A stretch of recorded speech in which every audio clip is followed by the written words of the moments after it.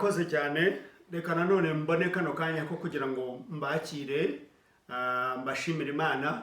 Sigaye nshimira Imana. Burya abanyarwanda baca umugani ngo gitera amapfa gitera niyo bahaha kubera yuko tutagishobora guhurira mu nsengero, bisigaye noneho rwose duhurira namwe mu ngo zanyu, abandi ku matelefone yanyu se, abandi mu myanya itandukanye. Isashimwe bene data nshuti bakundwa, twari dukumburanye igihe cyari kibaye kirekire. Nitwa Prosper Umwizerwa, nongeye kubaha ikaze muri amateraniro yacu dukora online. Ni ubwa kenshi tumaze kuyakora kandi ugiye tugira umunezero, tugiramo ibihe byiza. Niba tumaze kujyamo ibihe byiza, tugiye kwakira mu kanya Gorosh team irakoresha Tega na mushiki wacu Naomi, murabazi n'abari ingezi cyane. Tubaza kubana na Bishop wacu tugeza ijambo ry'Imana. Noneho tuze kubana na Pastor Innocent uri muri Korea, nawe araza kudufasha mu rusengero ibyifuzo. Tubaza gusomerwa igice n'umuvandimwe wacu Celestin. Turagira ibihe byiza. Reka tutangiye dusenga. Mana ishobora byose, Mana y'ubukani, Mana y'imbaraga, uyu mwanya w'ayo materaniro tugiye kugira uwo mwanya uhindura imitekerereze yacu. Reka imitima yacu yaguke, reka imitekerereze yacu nigume uko yari imeze. Reka ijambo ryawe rize rihindure, rikomeze, rifashe imitima, abari batenebutse bakomere, abari bacitse ryongeye kongerwa imbaraga. Fasha Celestin turasoma ibice, fasha Worship team tufasha guhimbaza, fasha umushumba wacu adufasha mu kutubwiriza, fasha Imana na Pastor Innocent turadufasha mu kudusengera ibyifuzo, kandi na nyuma umwanya turaza kujyaho umudendezo, tuze kubona ubwiza bwawe, tuze kubona icyubahiro cyawe, wasise umwami n'umukiza wacu. Amen.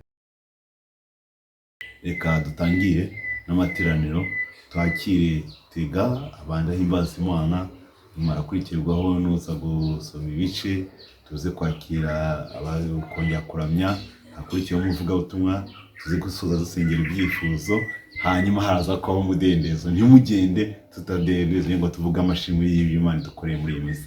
Imana ibahe umugisha.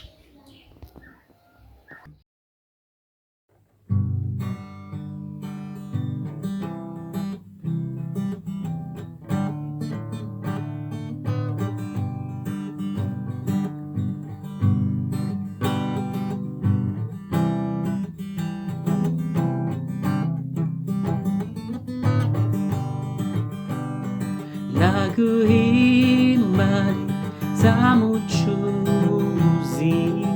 imbabazi wangiriye, ukanyoza ibyaha nakoze mu maraso avuye. Naguhimbare zamucuzi imbabazi wangiriye, ukanyoza ibyaha nakoze mu maraso avuye. Amaraso y'umucunguzi niyo soko yoza abanduye, iyo yeza abanyabyaha nde bakabonera rwose. Ndaguhimbariza mucunguzi imbabazi wangiriye, ukanyoza ibyaha nakoze mu maraso avuye. Ndaguhimbariza mucunguzi imbabazi wangiriye, ukanyoza ibyaha nakoze mu maraso avuye.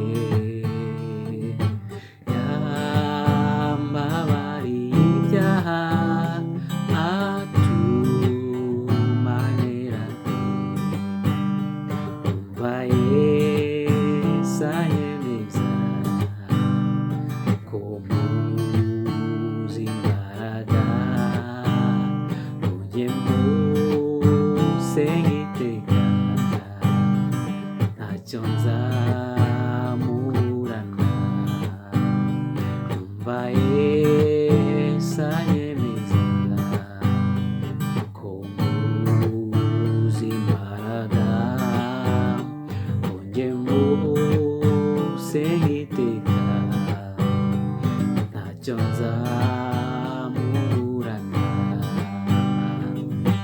yanyishyuriye ya myenda yose yambabariye ibyaha atumanirane yanyishyuriye ya myenda yose yambabariye ibyaha atumanirane.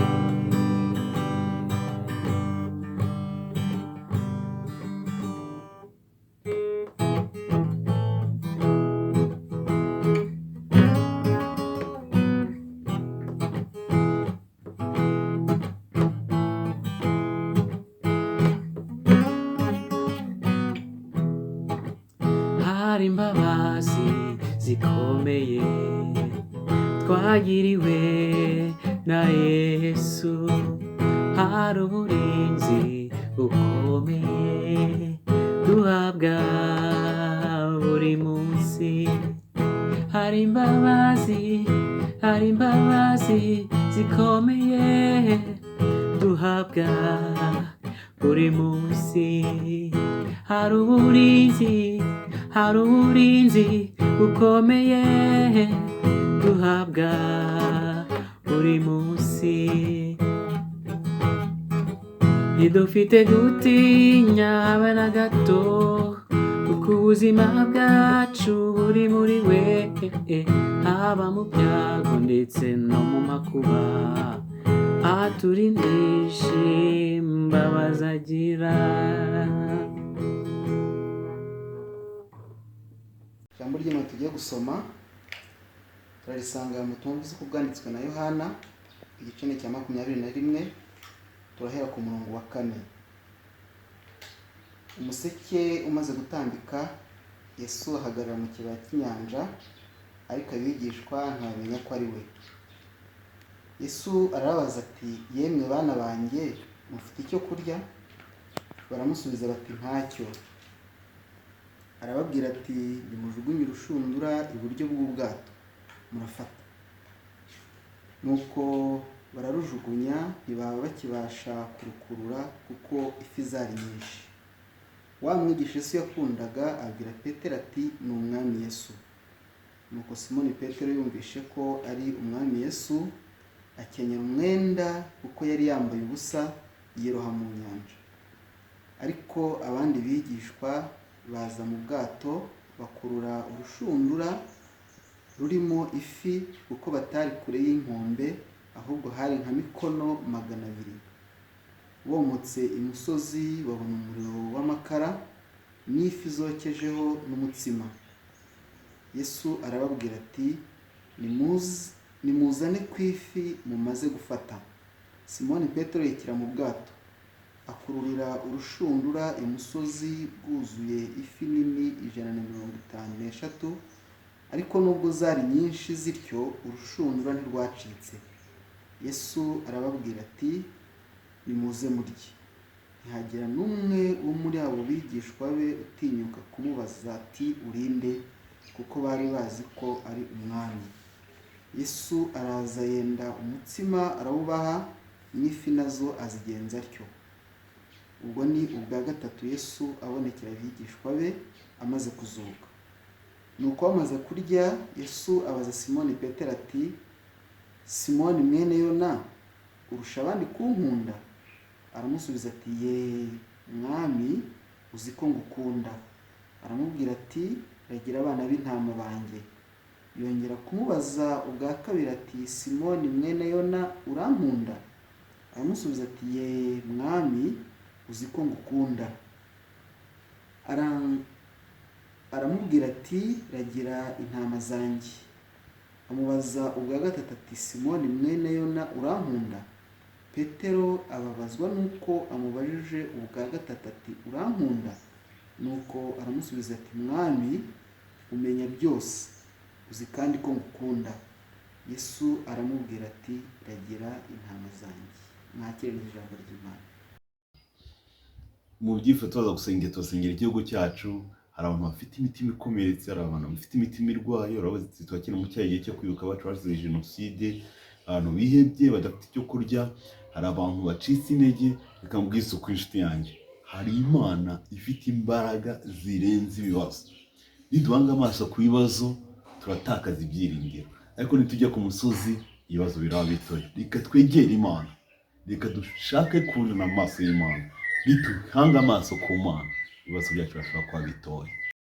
Imana yacu ishimwe cyane.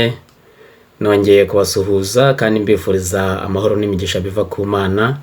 Reka dusenge, dusengera abana bacu, dusengera itorero ryacu, dusengera igihugu cyacu, kandi dusengera n'aya materaniro yacu muri rusange. Reka dusenge Imana. Mwami wacu Yesu, turagushimye ko uduhaye umugisha wo kongera kubonana muri ibi bihe bitoroshye. Kuba turi bazima tugishima izina ryawe nabyo ni impano ikomeye, ni ubuntu twagiriwe. Ibyo nabyo turabigushimira Mwami Imana. Kandi ndagushimira cyane impano y'abana bacu, baba by'umwihariko ari ababarizwa muri serivisi turimo, kandi n'abana b'abakristo bacu, n'abana muri rusange b'abanyarwanda.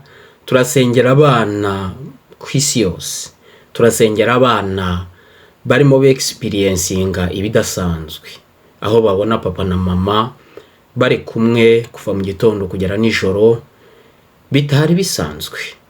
Mwami Yesu, turasabye ngo udufashe abana bareke kugira stress batera gutekereza byinshi, kandi abana babona batava mu rugo ngo bajye ku ishuri, abana babona batemererwa kwisanzura nk'uko bisanzwe.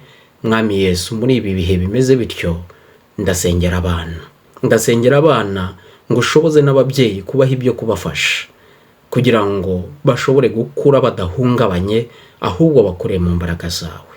Ndasenze Mwami kugira ngo tubarambuyeho ibiganza ubahe umugisha, kandi ubahe gutuza, ubahe no gukorera mu buntu bwawe. Icyubahiro gikomeze kuba icyawe. Urakoze rero, kandi nkomeje gusengera itorero nitwe. Itorero ni abakristo, aho bari hose abakristo b'iri torero ndabasengeye Mwami, ndetse n'abandi matorero abakwizera ndetse n'abatarakwizera Mwami, kuko umugisha twahawe tugomba kubera n'umugisha abandi. Data wa twese, ndasengeye itorero ngo ufashe abakristo bawe aho bari. Mwana w'intama w'Imana, ubahe gukomeza kukwegera, gukomeza kukwiringira, gukomeza kugucira bugufi, kwirinda intonganya z'ibihe bidasanzwe, kwirinda kwijujuta, kwirinda ibintu byose byatuma baba kure yawe. Ahubwo Mwana w'intama w'Imana, reka ibi bihe bikomeze kutukwegereza kandi tukube hafi, kandi uko bishobotse reka ibi bihe ubwoko bwawe, abakristo bawe, bashobore kugira icyo bakoramo cyatuma umugisha wawe ukomeza kubana nabo. Yaba ari abafite icyo bafite, bagira uko basagurira bagenzi babo, kugira ngo uwo mugisha Mwami woye kubura hagati mu ngo z'abakwizera. Gira neza itorero, gira neza abapastori b'itorero ryacu, gira neza abakristo bose n'abapastori b'itorero ryacu, bagire neza, ubafashe, ubahe umugisha, ukomeze kubahumekeramo, kugira ngo bashobore gukomeza kuzuzwa amagambo y'ubwenge, amagambo y'umwuka, amagambo afasha, amagambo akomeza kubaka ubugingo mu bo bayoboye.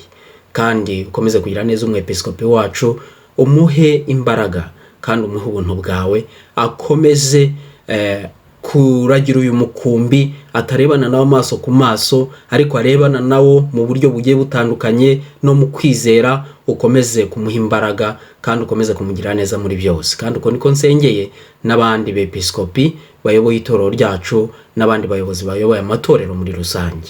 Igihugu cyacu gihe umugisha, abaganga bahanganye n'iki cyorezo cya coronavirus, ukomeze kubaha imbaraga, ukomeze kubaha umugisha, ukomeze kubaha ibyiringiro, kandi ukomeze kubaha ubuhanga n'ubushobozi, biciye mu buyobozi bw'igihugu cyacu ndetse n'ubuyobozi bwagutse ku isi yose, kugira ngo Mwana w'intama w'Imana iki cyorezo umunsi umwe kizaba amateka, maze tuzahaguruke tugushime tuguhimbaze. Tugire neza rero, gira neza aya materaniro, ugire neza Reverend Manase ukomeza kwitanga ngo aya materaniro akomeza agende neza, umuhe umugisha n'umuryango we aho ari mu Budage, kandi umugisha wawe ujye ukomeza kubana nawe muri byose, cyane ko urimo tugira neza no mu byifuzo twasengeye ukaba urimo ubikoraho. Icyubahiro nigikomeze kuba icyawe, kandi tuzakomeza tugushime tuguhimbaze ubwo tuzaba tubonanye amaso ku maso, turirimba ibitangaza n'ibintu dukorera umunsi ku munsi. Gira neza bitabiriye aya materaniro, kandi n'abataje bagereho, icyubahiro gikomeze kuba icyawe.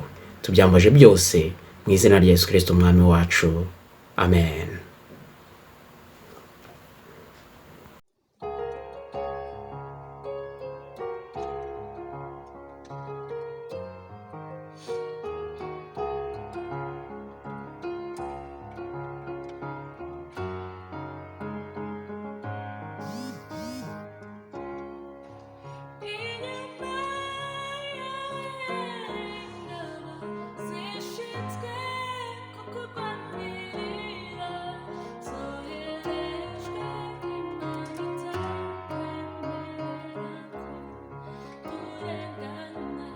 nkaba rero nshimira Imana impaye umugisha kugira ngo nongere nganire namwe ku ijambo ry'Imana.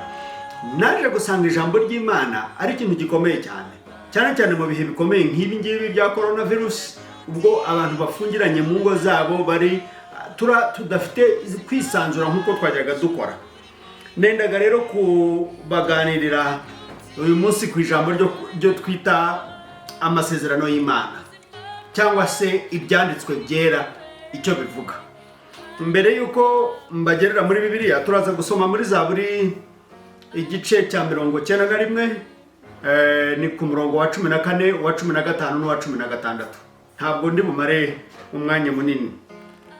Nahoze nibuka indirimbo mbere yuko mbabwira amasezerano y'Imana idusezeranya. Hari indirimbo bajya baririmba kuri radio yitwa Mukadera, ari kwadera Mukasine. Abenshi murayizi iyo ndirimbo ya Adera Mukasine, ngo yari yararongowe n'umwasista. Abasista bari abantu mu Rwanda hambere ahangaha bari bize bajijutse. Noneho ngo umunsi umwe abasista bose bahuye bateranye ngo bakajya badudubiza igifaransa, bavuga igifaransa, ariko Adera Mukasine ntakamenye ko ariwe bavuga kugeza igihe umugabo yamusendeye. Iyo wumvise iyo ndirimbo wigamo ikintu kimwe, cyangwa se wumvamwo ikintu kimwe. N'ubujiji. Ubujiji burya kutamenya ikintu ni ibyago. Kutumva ururimi ruvugwa aho uri ni ibyago. Nkatwe bagenda mu mahanga, ushobora kugenda ukajya nko mu gihugu abantu bakamara nk'icyumweru ukakimarana nabo bavuga, wowe utumva rwose, nyine uri umunyamahanga. Adera rero nawe Mukasine yabaye umunyamahanga mu rugo rwe, badudubiza igifaransa kandi ariwe bavuga kugeza igihe bamusendeye. Ibyo rero indirimbo ya Adera ngewe nyigereranya n'umukirisitu utazi ijambo ry'Imana, akabona Bibiliya akumva tuvuga ijambo ry'Imana ariko ntamenye ibyo tuvuga, akumva kimeze nka cya gifaransa cyavugwaga mu rugo rwa Adera Mukasine. Kugeza aho yatangiye kunsenda kuvuga ati aransenze Rugina baririmba, aransenze akaba umuhungu wa Nyirabamba aransenze. Nkaba rero nendaga ngo mbibutse amasezerano y'Imana, kandi nkwibutse nawe kugira umwanya ukajya wisomera Bibiliya yawe, cyane cyane muri iki gihe cyo turi muri kino gihe cyo abantu bari mu ngo. Ntutunge iyo Bibiliya gusa nk'umutungo cyangwa nka dekorasiyo mu nzu. Hari n'abandi nabonye bazitanga nk'impano ku bukwe, ariko mu by'ukuri ntibazisoma. Reka rero ngo here kuri Zaburi ya 91, ndahera ku murongo wa 14. Uravuga ngo kuko yankunze akaramata, nicyo nzamukiriza, nzamushyira hejuru kuko yamenye izina ryanjye. Uwo ni umurongo ukomeye cyane. Kuko yankunze akaramata. Ahangaha ijambo ry'Imana rivuga ku muntu ukunda Imana akaramata. Akaramata mu Kinyarwanda ni ijambo ryo twavuga ngo ni ukomekana, ikintu cyafashe ku kindi utagikuraho, cyangwa se umuntu ukora ikintu kugeza igihe azahirimira. Ahangaha ijambo ry'Imana rivuga ngo umuntu wese wakunze Imana akaramata hari isezerano afite. Iri sezerano rya mbere ku muntu ukunda Imana akaramata, icya mbere ngo nzamukiza. Umuntu ukunda Imana akaramata Imana yamusezeranyije ko izamukiza, ngo nzamukiza. Urumva, nzamukiza. Dukomeze twumve. Nzamushyira hejuru kuko yamenye n'izina ryanjye. Ntabwo ari ukugukiza gusa, Imana izagukiza. Kandi gukiza, ijambo gukiza ni ikintu kinini. Kugukiza ni ukugukura mu byago, waguye mu byago. Kugukiza ni ukugukiza indwara. Kugukiza ni ukugukiza agahinda, kaba agahinda uko kaba kangana kose, kaba ari aka kandi ko bitangwa agahinda gasaze, kaba ari agahinda k'igihe kimwe. Ariko hano Imana yasezeranye ngo nzamukiza uwo nguwo wankunze, nzamukiza. Kandi ngo ntabwo ari ukumukiza gusa, isezerano rimwe ngo izagukiza. Umva irya kabiri, ngo nzamushyira hejuru kuko yamenye n'izina ryanjye. Umuntu rero ukunda Imana akaramata, akamenya izina ryayo, afite amasezerano abiri adakuka. Icya mbere, Imana ngo izamukiza. Cyo ni ikintu gikomeye cyane.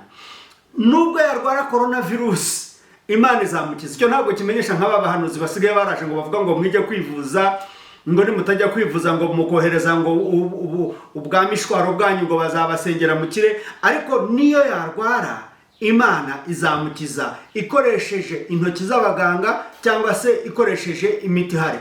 Bantu b'Imana, ikinena ngo munyumve neza, kunywa umuti rwose ni ikintu cyiza. Burya imiti twayihawe n'Imana.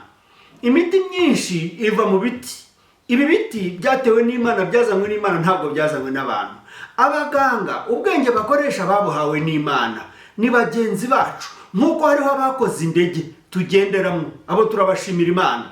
Hari n'abandi bakoze inkweto turazambara kandi zikaturinda, abo turabashimira Imana. Hari n'abandi bakoze imyenda nayo tukayambara, turabashimira Imana. Ubwo bwenge bwose ni ubwenge buturuka ku Mana, kandi Imana yabuhaye abantu kugira ngo ubwo bwenge budukize. Imyenda idukiza imbeho, imiti yo kwa muganga idukiza indwara. Njyewe nambaye amadarubindi, aya madarubindi amfasha kureba mu myaka ngezemwo, aramfasha agatuma ndeba inyuguti zikaba nini kuruta uko zari zisanzwe zingana. Numva rero ibi bintu dukwiriye kubikoresha bikadufasha kugira ngo bidukize. Naravuga ngo nzamukiza kandi nzamushyira hejuru. Ikimenyesha ngo iyo wemeye Imana, ni wemera Imana, ntabwo uzaguma hahandi aho wari uri. Oya, uzazamuka mu bwenge, uzazamuka mu buzima, uzazamuka mu mutungo, uzazamuka no mu mibereho, uzazamuka no kumvikana n'abaturanyi, uzazamuka no kugira ubushuti mu bo mutumvikanaga, uzazamuka no muri reconciliation. Arakomeza rero ku murongo wa 15, ubwo ayo ni amasezerano abiri tubonye. Katurebe irya gatatu. Irya gatatu aravuga ngo azanyambaza nanjye mwitabe. Haleluya. Nusenga, nusaba Imana kubera ko wamenye izina ryayo, kubera yuko wayiyemeje kuyikurikira, ukihana ibyaha byawe, ukagendera mu nzira yayo, ngo nuyitabaza izagutabara. Haleluya. Cyo ni ikintu kinsubizamo imbaraga cyane. Ngo nutabaza Imana, ukayitabaza mu gitondo, ku manywa, nimugoroba, uri mu kaga, uri mu mahina, ibintu bigoye, nuyitabaza ngo nayo izagutabara.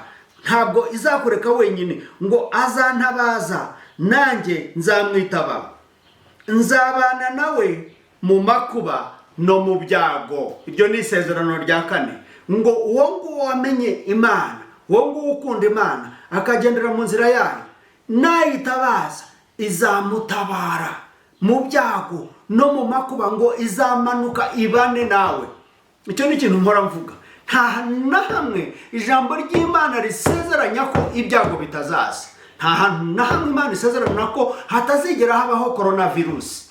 Nta na hamwe ijambo ry'Imana risezeranya ko n'ayandi mavirusi haba yaje n'ayandi asigaye imbere ko atazigera aza. Ariko ijambo ry'Imana riravuga ngo nanyambaza nanjye nzamwitaba, nzabana nawe mu makuba no mu byago. Ijambo ry'Imana, Imana idusezeranya ko izabana natwe mu makuba no mu byago. Ubu ngubu muri bino bihe bya coronavirus, ubwo benshi bari bafite akazi, bari mu rugo batarimo gukora, cyane cyane abari batunzwe n'ibyo bakoreraga uwo munsi, Imana iravuga ngo nuyambaza izaza ibane nawe. izaza igendane nawe. Muri coronavirusi wambaye agapfukamunwa, wakarabye mu ntoki, niwambaza Imana nayo izabana nawe. Ntabwo izagusiga, ntizaguhana, ntizakureka ngo ugende wenyine. Cyane cyane ngo nugera mu byago ukayambaza, izakumva.